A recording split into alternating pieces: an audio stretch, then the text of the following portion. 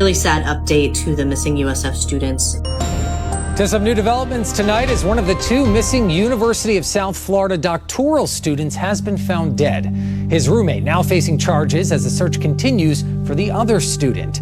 Hashim Abu Garbe, who was previously questioned by police in connection to both his roommate, whose name is Zamil Limon, and a woman named Nahida Bristy, was arrested at his home earlier today after police responded to a domestic violence incident.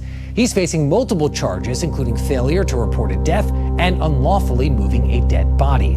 Now, this comes as police are awaiting the autopsy results for Limon, whose body was found on a Tampa bridge. That was earlier today. He and Bristy, who police are still actively searching for, were reported missing about a week ago. Two students leave their homes and never return. No goodbye, no warning, no sign of struggle. But days later, one body is found on a bridge. The other is still missing, and the person closest to them may already know everything. They were not strangers. They were not careless. They were not people who disappear. Nahida Bristy and Zamil Limon were young doctoral students at the University of South Florida. They had routines. They had plans. They had families who spoke to them almost every day. So when both of them suddenly stopped answering calls on April 16, 2026, something was wrong. What started as a missing persons case quickly turned into something far darker. Because the truth was not outside. The truth was already inside their circle. This case raises one major question. What would you do if someone you talk to every day suddenly disappears? Welcome to Horrific Crimes. Here we cover real, true crime cases, from shocking murders and missing persons to dark relationship crimes. Each episode digs into the motives and secrets behind the headlines. Please like and subscribe for weekly uploads that reveal the darkest corners of human behavior. Now, let's get into the story. Nahida Bristy was a 27-year-old doctoral student. She came from Bangladesh to study in the United States. She was studying chemical engineering, a subject that requires strong focus and many hours of learning. People who knew her said she was kind, calm, and always respectful. She had goals for her future and wanted to build a better life. She spent most of her time studying, attending classes, and improving herself. She did not live a risky life. She followed a simple path: school, home, and communication with family. Zamil Limon was also 27 years old and from Bangladesh. He was studying geography, environmental science, and policy at the University of South Florida. His work focused on understanding the environment and how to protect it. This kind of study is complex and requires deep thinking. Friends and family described him as serious and focused. He stayed busy with his academic work and research. Like Nahida, he had clear plans for his future and worked hard every day to achieve them. Both students were not just studying, they were building something important. They left their home country to chase education and opportunity. Their daily life was structured. They went to classes, worked on research, and stayed in touch with loved ones far away. Their families depended on regular updates from them, and they rarely missed a call. When people like this suddenly stop communicating, it raises concern immediately. Their lifestyle was stable, predictable, and focused on progress. Nahida and Zamil also knew each other very well. Reports show they were close friends, and some say they had feelings for each other and talked about a future together.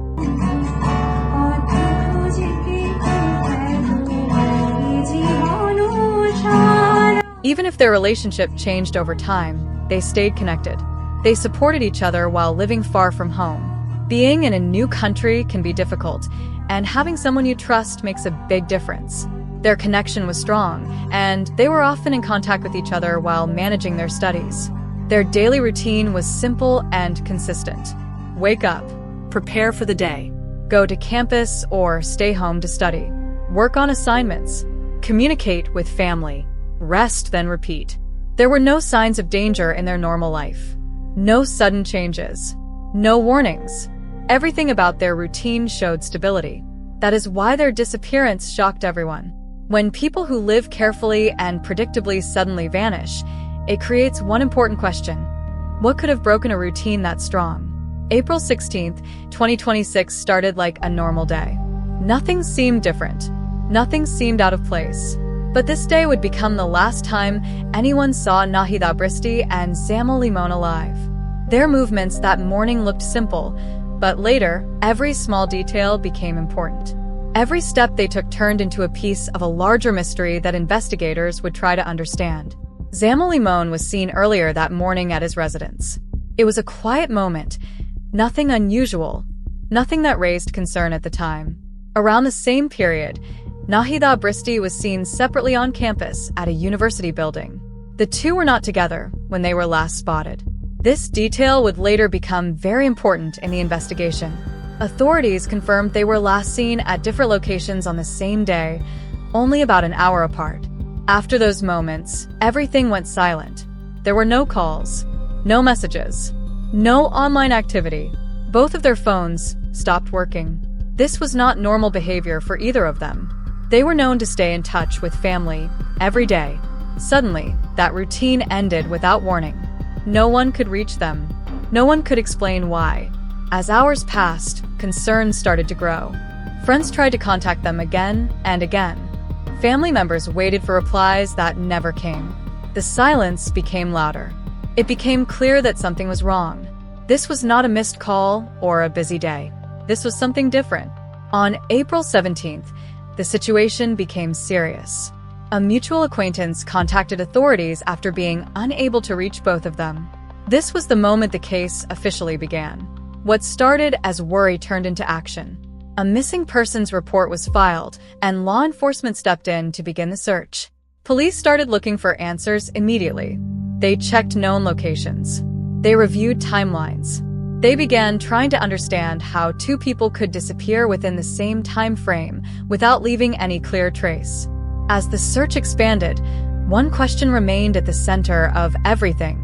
How do two people vanish in the middle of the day without anyone seeing what happened next? Days passed with no answers. The search continued. Then everything changed in a single moment. Investigators made a discovery that would turn the entire case into something far more serious. Zamil Limon's body was found on the Howard Franklin Bridge in Tampa. It was not hidden far away. It was left in a place people pass every day. The discovery shocked investigators and confirmed one thing clearly. This was no longer a missing persons case. This was now a homicide investigation. The condition in which he was found raised immediate concern. Reports later revealed that his body had been placed inside a bag and left at the scene. This was not an accident. This was not natural. It pointed to a deliberate act carried out by someone who knew what they were doing. With this discovery, investigators shifted focus. They began asking a different question. Not where are they, but who is responsible? And very quickly, attention turned to someone close to Zamil. That person was his roommate. Hisham Abug Harbi lived with Zamil in the same apartment. This connection made him important to investigators from the start. When police began asking questions, they looked closely at his actions, his statements, and his behavior during the early stages of the case. Soon after the body was found, law enforcement moved in. The situation escalated quickly. Officers responded to a call at his family home, and what followed was a tense standoff. He stayed inside and refused to come out, forcing authorities to surround the house. Eventually, he surrendered and was taken into custody. At that time, he was not immediately charged with murder. Instead, he faced several serious charges connected to the situation.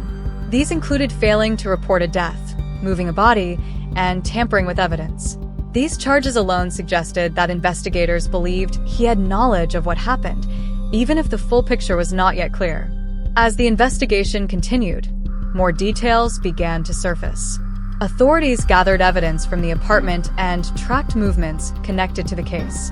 What they found began to build a stronger case against him. The situation was no longer just suspicious. It was becoming direct. The focus of the investigation had now shifted completely. The mystery was no longer about disappearance. It was about what happened inside that apartment and how it led to a body being left on a bridge. The investigation reached a turning point when authorities made a major decision. After reviewing early findings, prosecutors moved forward with the most serious charges possible. The case was no longer uncertain. It became direct and clear. Hisham Abugharbi was officially charged with 2 counts of first-degree murder. This meant investigators believed the act was not accidental. It suggested intention. It suggested preparation. It showed that law enforcement had gathered enough information to move beyond suspicion and take full legal action. I'm going to call up the first case, Hisham Abugharbi. Camera. All right. And do I have Hisham Abugharbi here? HS2601160. And it will be held without bond? Held without bond until the pretrial detention motion has been heard before Judge Murphy. Thank you. And Judge, the other charges will also be addressed at that time. And all charges will be addressed at that time. Thank you. Thank you, Your Honor. This decision did not happen suddenly. It came after investigators studied what they found inside the apartment and beyond. The evidence started to form a pattern, each piece connected to the next, and slowly, a clearer picture began to appear. Inside the residence, authorities discovered signs that something violent had taken place. Reports confirmed the presence of blood connected to the victims. Personal items and physical traces were collected and tested. These findings were not random. They pointed to a single location where events likely unfolded. But what made the case even more disturbing was what investigators found outside the physical scene: digital evidence. Records showed that before the disappearance, the suspect had been searching for information related to weapons and how to dispose of a body. These were not normal searches. These were specific. These were direct. And they happened before anything was reported missing. Authorities also uncovered additional questions asked online after the incident. Some of these searches included concerns about noise, survival from gunshots, and what it means when someone is classified as missing. This behavior raised serious concerns. It suggested awareness. It suggested fear of being discovered. At the same time, investigators reviewed actions taken in the days leading up to the arrest. Reports indicate attempts to clean areas and remove evidence. There were signs that someone tried to hide what had happened. This was not a moment of panic. This looked like a series of decisions made step by step. Movements were also tracked using location data and surveillance. This helped investigators understand where the suspect had been and when. Each movement added another layer to the timeline. Each detail helped build the case further. When all these elements were combined, physical evidence, digital activity, and behavior patterns, they created one conclusion for investigators. This was not random. This was not sudden. So the question becomes, if everything was planned, what was the reason behind it? At first, Nahida Bristy was still missing. While one victim had already been found, the search for her continued. Investigators expanded their efforts, checking nearby water, land, and any place connected to the timeline. Each day without answers made the situation more serious. The case now had 2 parts, one confirmed, one unknown. Then came another discovery. Authorities later confirmed that human remains found in the water near the same area belonged to Nahida Bristy. The body was located inside a bag and identified using DNA and other records. This discovery confirmed what investigators had already suspected. With that confirmation, the case fully changed. It was no longer about finding someone alive. It became a double homicide investigation. Both victims had now been accounted for, but the answers were still incomplete. Even with this major development, one critical piece remained missing. The reason? Investigators openly stated that the motive behind the killings was still unknown. There was no clear explanation for why this happened. No confirmed argument. No known conflict strong enough to explain such an outcome. At the same time, gaps in the timeline continued to raise questions. Authorities believe both victims were killed around the same time, likely during the night, but the exact sequence of events is still being examined. This leads to one of the most important questions in the entire case. What actually happened inside that apartment? Investigators found strong evidence pointing to that location, including signs of violence and attempts to clean the scene. But the exact moments, what started it, how it escalated, and how it ended, are still not fully known. Another question remains unanswered. Why these 2 people? Both victims lived focused, structured lives. They were not involved in dangerous activity. They were not known for conflict. Yet they became the center of a violent act that shocked everyone around them. As the investigation continues, authorities are still reviewing evidence, digital records, and witness information. I am joined here today by my good friend and University of South Florida Police Department Chief of Police, Chris Daniel. We are here today as our community has been shaken by the disappearance of two USF grad students, Nahida and Zamil. I am heartbroken to announce the discovery of human remains discovered on the Howard Franklin Bridge earlier this morning. Just now, those remains were positively identified to Zamil. How did we get here today? We have a suspect in custody. How did that happen? Today at approximately 9 a.m., we received a domestic violence call for service. Units responded. We knew that this was the home of the suspect. Units responded. We were able to take the family out of the residence and get them to safety.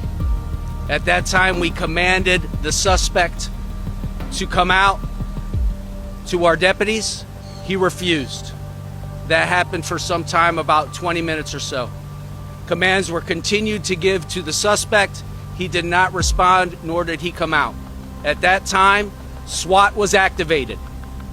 SWAT responded, and at approximately 10:36 a.m., SWAT arrived on scene. SWAT then mobilized and commanded the suspect to come out of the residence. At that time, he came out peacefully and was taken into custody. These are the charges of the suspect. The suspect's name is Hisham. The charges we have so far are domestic violence, simple battery, domestic violence, false imprisonment, tampering with evidence, failure to report death to LEO or MEO, and unlawfully hold or move a dead human body in unapproved condition. Let me just take this opportunity to talk to you before we get into questions and before I hand it off to Chief Daniel. You know, Sheriff Cronister's #1 priority is to keep this community safe and to locate these two USF students. And working collectively with USF Police Department and Chief Daniel, we did that. We looked and we had every stone uncovered between his assets and ours. When I tell you I had hundreds of detectives and deputies and assets looking for Nahida and Zamil, that is the truth. Anywhere between my criminal investigations division, my special investigations division, aviation assets, marine assets, drone operators, and SWAT, and our crisis negotiation team, and our bomb team here today. This is still an active investigation, so you will have a lot of questions, and I will answer them to the best of my ability. But please understand, I will answer them as best as I can without jeopardizing the investigation we have thus far. I want to thank our partners. I want to thank again, Chief, thank you for all your help. The USF Police Department, the Pinellas County Sheriff's Office, the Clearwater Police Department. Everybody came together in this community, in this Bay Area, to try and find a safe resolution for Nahida and Zamil. Chief? Thank you, Chief. I appreciate the opportunity to speak today. I want to restate the sorrow we feel for the families. President Moaz, Limon, the leadership staff at USF, the USF Police Department, we really assert safety on campus. We do everything we can to make the campus safe. This is the last thing that we want to happen. Our hearts go out to the families, to the students at USF that knew these other students. And going forward, I just want to thank the chief, all the deputies that came out to help us. It was amazing to see the teamwork, the agencies across the Bay that helped us. It wouldn't be for all that help that we would be where we are today. And it's not the ending we hoped for, but we do appreciate the collaboration and the partnerships. Available for any questions you may have.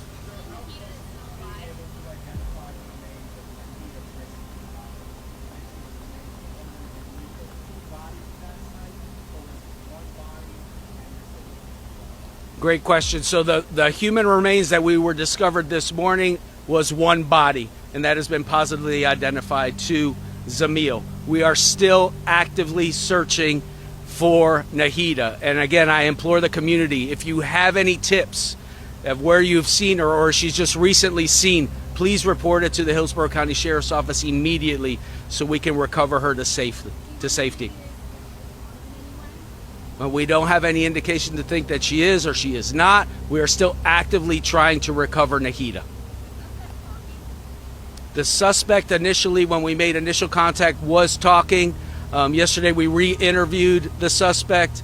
He did talk, and then he ended the interview. Right now, currently, he is at our Criminal Investigations Division speaking with detectives. At this time, we have no indications to think that he was not working alone. But again, active investigation. Right now, we don't have any inclination to think that he was working with anybody else. So the suspect, Hisham, was a roommate of Zamil. So that is where the connection lies. Nahida did not live on that property. Nahida lived on USF campus. So the connection is that the suspect, Hisham, and Zamil were roommates.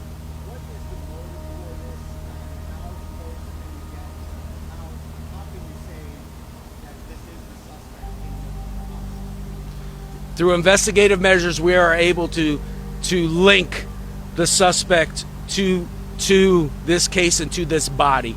Right now, we are pending the autopsy results for manner and cause of death, which is at the Pinellas County in Pinellas County. We should be getting results of that at the quickest, maybe tomorrow. What are the immigration statuses of Limon and Bristy? They are on student visas and they are here in this country legally. And the immigration status of the suspect? The suspect, he was born, he is a U.S. citizen. Still working through that. The question was, what is the motive? We're still working through that. It's still an active investigation. At this time, that's up to the medical examiner and the autopsy. We will get those results again, perhaps tomorrow. And to confirm, is it the suspect is the roommate of Zamil? Yes, ma'am. The suspect is the roommate of Zamil. Thank you all. I'm sorry. We're still working the investigation, so we need the community's help. Any tips we have to see her last known location, where has she been seen recently? If anybody has that information, please contact the Hillsborough County Sheriff's Office. Now, I would love to answer those questions, but again, still active investigation. All right, thank you. More details may come out over time. Additional findings could explain the gaps that still exist today. In the end, this case leaves a lasting impact. 2 young students traveled far from home to build a future. They worked hard. They followed a clear path. But their lives ended suddenly, in a way no one expected. And even now, with arrests made and charges filed, one final question remains. Will the full truth ever be known? Before you leave, like this video, subscribe to the channel, and share this story with someone who needs to see it. Because stories like this are not just stories. They are real. We'll see you in the next case.